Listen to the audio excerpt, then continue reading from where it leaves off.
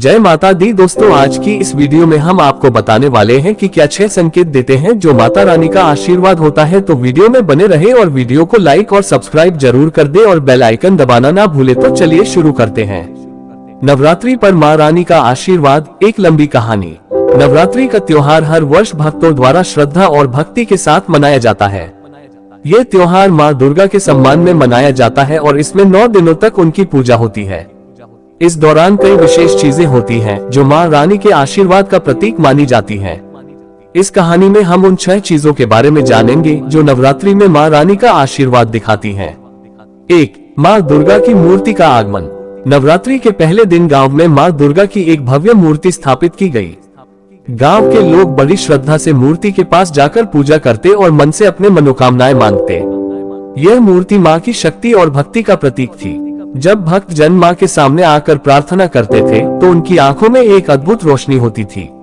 सभी को यह महसूस होता था कि माँ की कृपा उन पर है और उनके दुख दर्द दूर हो सकते हैं। 2. नवरात्रि की पहली रात। नवरात्रि की पहली रात को गांव में जागरण आयोजित किया गया। गांव के सभी लोग एकत्रित हुए और माँ दुर्गा के भजनों की गूंज से वातावरण भक्ति से भर गया। लोग सच्चे मन से माँ से प्रार्थना करते रहे और इस रात एक अद्भुत घटना घटी। जैसे ही भजन गाया जा रहा था, मंदिर के दीपक अपने आप जल उठे। सभी लोग ये देखकर दंग रह गए और समझ गए कि माँ रानी का आशीर्वाद उनके साथ है। 3. प्रेम और एकता का प्रतीक। इस नवरात्रि में गांव में प्रेम और एकता का माहौल था। सभी ने मिलकर माँ की पूजा की और जरूरतमंदों की मदद की। गांव की एक महिला जो अकेली थी को सभी ने मिलकर अपने घर बुलाया और उसे प्यार से भोजन कराया।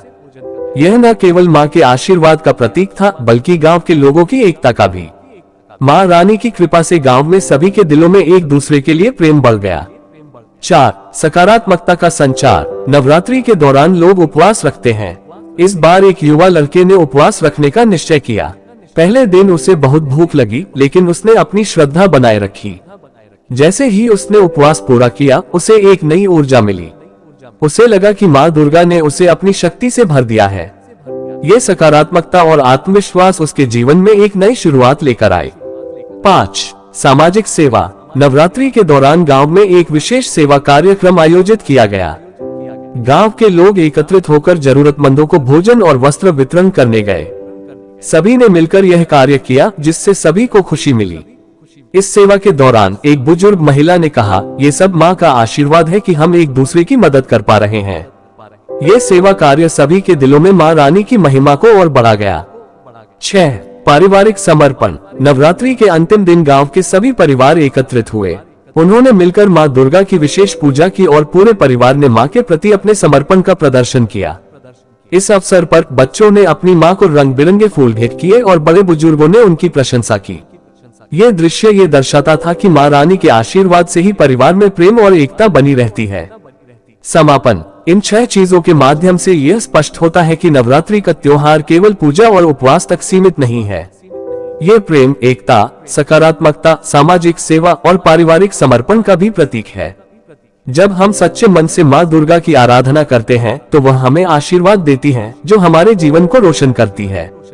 इस नवरात्रि पर माँ रानी के आशीर्वाद से हमारा जीवन और भी खुशहाल हो, यही हमारी प्रार्थना है। इस कहानी से हमें ये सीखने को मिलता है कि जब हम प्रेम और भक्ति से एक दूसरे की मदद करते हैं तो माँ रानी का आशीर्वाद हमारे साथ हमेशा रहता है। जाते जाते हुए दोस्तों कमेंट में जय माता दी लिख दे। जो सच्चे भक्त होंगे वही जय